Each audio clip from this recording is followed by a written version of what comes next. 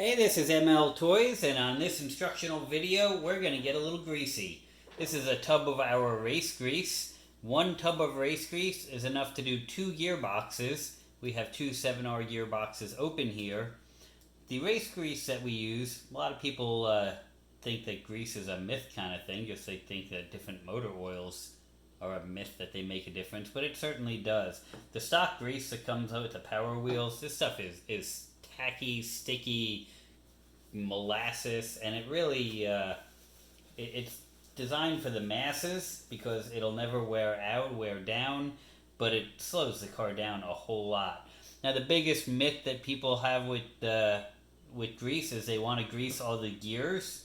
The gears themselves actually could be run dry, especially all the nylon ones. This is one of our hardened steel first gears.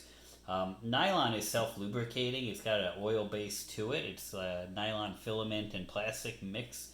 What you really want to lubricate is the shafts. What happens with these shafts is as the gear is spinning on them, the shaft will get hot. And quite often we see people melt the first gear shaft right through the back of the gearbox.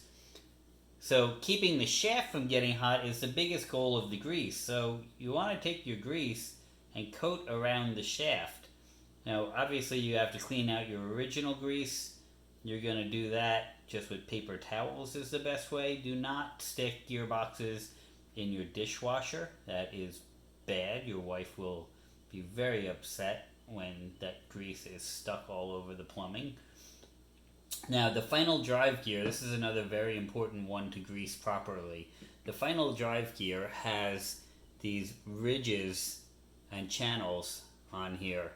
Those need to be lubricated well because that whole gear is spinning on this plastic. It doesn't have a metal shaft. It's the slowest spinning of the gears, but we want to get a good amount of grease onto there. Now, the gears themselves, we've got this gearbox that is already done, but I'm going to show you the process here. The steel gear, this one will pop out. With the ball bearings, we're going to slide that bearing down on. And we see we've got this one nicely greased on the backside here and on the teeth. We're going to slide this in.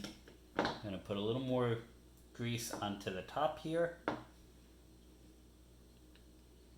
This gear also. And the grease is going to push away as it drives, but that's fine. We've got a light coating on the teeth. You want the heavier coating on this gear. We want to fill the channel there. That stores some extra grease in there.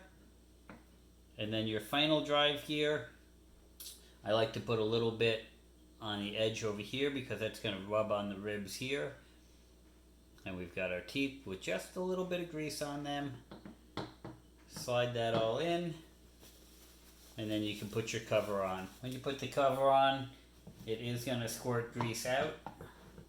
Probably sometimes out of the holes. There we go. Shot some out there. Just wipe it dry.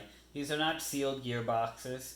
We get asked all the time, how come we don't make the second, third, and final drive gears in hardened steel? Well, that would cost hundreds and hundreds of dollars in a gear case. And to run all that steel all together, the gearbox would have to be sealed and filled with fluid, just like your automobile transmission.